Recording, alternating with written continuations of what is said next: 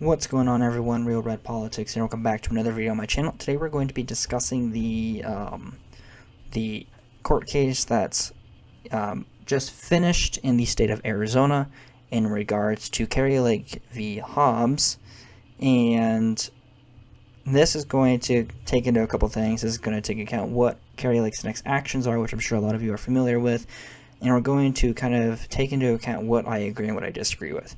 So here we have the official court document in regards to what went on, and this is as of 2022, and this is as of the 27th, so yesterday. This is in regards to the sanctions that Hobbs wanted against Kari Lake, and thankfully the judge ruled correctly here and dismissed all of them. And so Lake is not going to have to pay sanctions, which is good. However, she's going to have to pay legal fees, which thankfully she can fundraise, and I'm sure she'll get the funds that she needs. Or that her legal team will get the funds that she needs, pretty quickly. I'm pretty confident in that. And if we want to look here, we can see that it says the court finds the submitted compensation of defendant's designee for inspection of the ballots pursuant of ARS 16677C is appropriate. Therefore, it is ordered awarding defendant Secretary of State Katie Hobbs $5,900 as taxable cost pursuant to ARS 12332A1.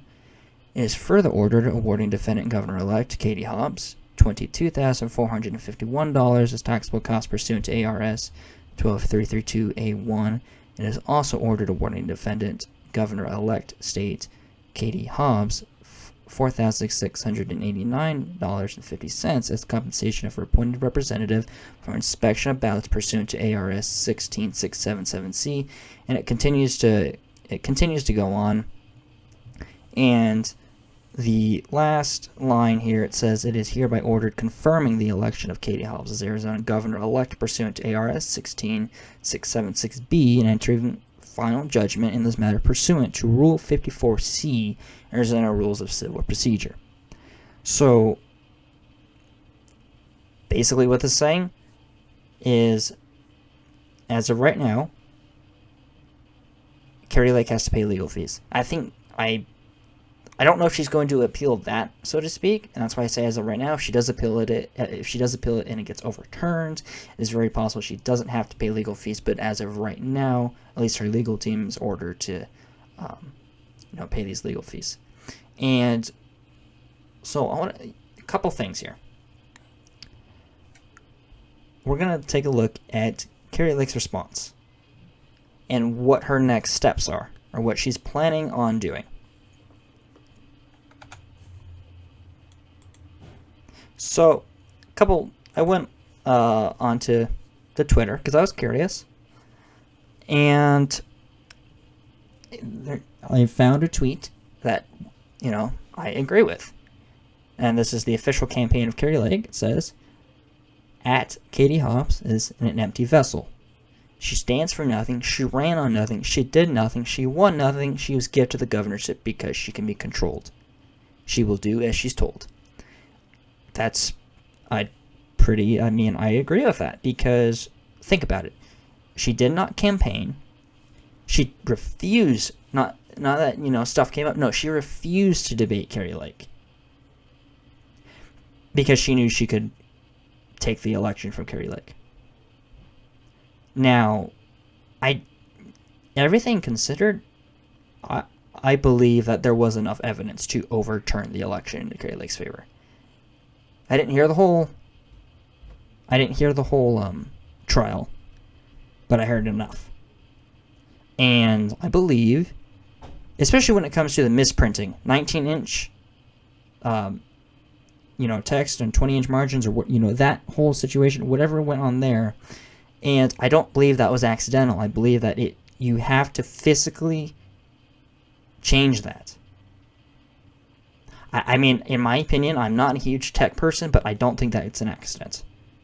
And I think that would have to, especially when it, accounted for a large portion of ballots. I do not believe that, I don't believe that that was an accidental mistake. I believe that it's very possible. I'm not saying someone did. I'm saying it's possible that there was physical interaction with the ballot changes that caused problems with the tabulator machines. And as we know, 25% of the tabulators went down on election day. 25%. If that's not enough to have a redo election, I don't know what is. Now we're going to look at an actual, a tweet straight from Kari Lake in regards to what her next steps are. Kari Lake says, "My election case provided the world with evidence that proves our elections are run outside of the law. This judge did not rule in our favor. However, for the sake of restoring faith and honesty in our elections, I will appeal this ruling." So I'm hoping here, and I'm hoping that Kari Lake does, I hope the appeal courts do listen to her case. I'm hoping they don't just throw it out, because I do think she has enough evidence. And another thing here is Kari Lake's legal team only had 2 days to gather and provide evidence to the court. 2 days. That is not enough time to not only gather all the evidence you need, but to also, go through everything and be able to check everything and whatnot. That requires more than 2 days. So in that case, I don't think the judge gave them an adequate amount of time. I am no lawyer, but I know I have common sense. It takes more than 2 days to gather all the evidence you need, especially for a case like this, in which an election is being debated, an election outcome is being debated. I have my full support behind Kari Lake, and I'm hoping she can prove beyond reasonable doubt that Katie Hobbs stole the election, because I do believe Kari Lake should be the governor-elect. Now, if the appeals court throws it out, or if she takes it to the Supreme Court that throws it out, I don't know what Kari Lake's actions or next steps are from there. But I'm hoping the appeals court hears it out, because I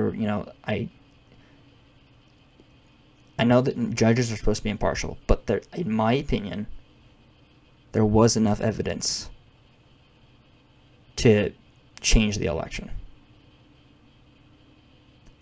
Especially just based off what I've heard. So, this is more of a video. I wanted to give an update on kind of the whole situation here. I know I haven't been covering it, but I'm going to pay closer attention to political topics like this, and because I know everyone deserves to be informed of what's going on in our country, and especially things that pertain to state government and federal elections. And I just want to point something out here.